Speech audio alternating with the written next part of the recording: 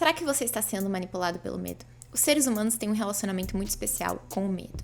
Nós temos no nosso cérebro o sistema límbico, que é capaz de reagir rapidamente às ameaças, pelo sistema de luta ou fuga. Mas nós temos uma capacidade muito especial, que é a de criar medo pela imaginação, não apenas reagindo a ameaças que encontramos frente a frente no nosso ambiente. E esse é um dos grandes diferenciais do ser humano em relação a outras espécies de animais. O ser humano é a única espécie animal capaz de transmitir conhecimentos pelo uso da fala. Nós tradicionalmente sempre transmitimos conhecimentos de uma geração a outra pelo uso da fala e da linguagem, inclusive ensinando uma geração a outra do que ter cuidado e do que ter medo. E essa é uma vantagem evolutiva, mas também é uma característica muito perigosa, porque falar muito sobre o medo, imaginar demais o medo e cultivar o medo pode gerar estresse, ansiedade e contribuir também para a depressão. O medo tem um efeito de nos distrair. Ao cortar brevemente a influência do córtex pré-frontal e ceder o controle a estruturas mais primitivas do cérebro, nós focamos no aqui e agora, focamos no momento presente. Em parte, é por isso que assistir um filme de terror é tão prazeroso, porque ao ser assustado, ao sentir o medo que você sente assistindo aquele filme, você consegue esquecer dos seus estresses da vida e prestar atenção no que está acontecendo no momento. Além disso, quando você assiste um filme de terror, você tem controle sobre o seu medo, você tem controle sobre a experiência, sabendo o quê? Que você pode se levantar e sair do cinema a qualquer momento. Você pode pausar o filme e acender a luz. Então você sabe que aquela experiência não é real. Você aproveita o momento de distração que aquilo te causa e, ao mesmo tempo, você tem uma sensação de controle sobre o seu medo, que é extremamente prazerosa. A gente sente uma experiência parecida quando a gente assiste uma tragédia no noticiário. Você vê algo terrível acontecendo a outras pessoas. Você sente a adrenalina daquele medo, mas ao mesmo tempo você sabe que não está acontecendo com você, você sabe que você está seguro e você tem um determinado controle da situação. Os políticos também se utilizam do medo para controlar a população com muita frequência. Quando tudo parece perdido, a gente se apega à primeira pessoa que parece ter um plano. O exemplo mais clássico do controle pelo medo é o da Alemanha nazista de Hitler. Após colocar medo e ódio na população contra os judeus e outras minorias, não foi tão difícil assim para os nazistas conseguirem apoio e ganharem controle, com uma nação inteira com o seu córtex pré-frontal debilitado em relação a esses assuntos, porque sempre que se falava daqueles assuntos, se falava em medo e se fomentava o medo, e isso atrapalhava o funcionamento do córtex pré-frontal.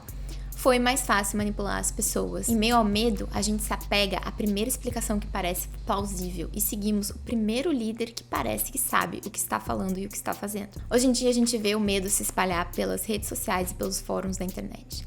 Nós vemos o medo do sexo oposto, homens fomentando medo de mulheres, mulheres fomentando medo de homens. Nós vemos medo de se relacionar, o medo de não ser bem-sucedido, ou seja, você precisa trabalhar de tal e tal forma para conseguir dinheiro, porque o dinheiro seria a métrica de sucesso. O medo de se decepcionar com a vida. Ao invés de encarar a vida de frente, nós nos refugiamos atrás das nossas telas e dos nossos teclados, discutindo indefinidamente, aproveitando uma excitação parecida com a de assistir os filmes de terror, porque nós vamos atrás nos fóruns das situações mais apavorantes e mais ultrajantes para nos sentirmos indignados e depois ter a sensação de alívio por ter o controle de saber que não foi com a gente, não aconteceu com a gente, ou que a gente se identifica até certo ponto, mas que a gente não se deu tão mal quanto aquela pessoa que está ali relatando um caso. Então, quanto mais a gente se sente seguro sabendo que aquilo não nos afeta, mais nós nos sentimos encorajados em continuar naquela adrenalina e falar dos piores aspectos de qualquer assunto e nos apegar a soluções que parecem milagrosas porque vêm de alguém que parece que sabe o que está fazendo em meio ao nosso desespero e em meio à nossa paralisação pelo medo. Por isso, sempre que algo te provocar uma emoção muito intensa, pare e tente entender se essa emoção vem do medo. Se vem do medo de alguma experiência, se vem do medo de lidar com o sexo oposto, se vem do medo de fracassar. E pense o que você pode fazer em relação a esse medo que não seja seguir cegamente uma solução que estão tentando te vender e que parece que vai causar milagres. Ao invés de se deixar levar pelo medo, experimente parar, fazer uma meditação. sair para ver os seus amigos, sair para experimentar a vida. E nunca deixe de se perguntar, sempre que parecer que alguém está fomentando um medo demais em você, o que essa pessoa tem a ganhar com isso? Até que ponto os fatos estão sendo narrados apenas pelos fatos ou para deixar você reativo e com uma reação emocional a alguma coisa? Como eu falei anteriormente, a nossa espécie compartilha experiências por meio da palavra. E nós sempre vamos compartilhar situações perigosas e situações de medo. Mas é importante ter cuidado com os exageros e com o sensacionalismo. E é importante buscar dados e fatos para avaliar situações e avaliar como você deve reagir na sua vida de acordo com cada uma delas. O nosso córtex pré-frontal é muito poderoso, mas nós temos que nos desligar um pouco do medo para poder ativar esse córtex pré-frontal. As pessoas que reagem melhor em situações de medo, os melhores policiais, bombeiros e socorristas, são aqueles que conseguem ter um domínio das suas emoções, mesmo em caso de perigo.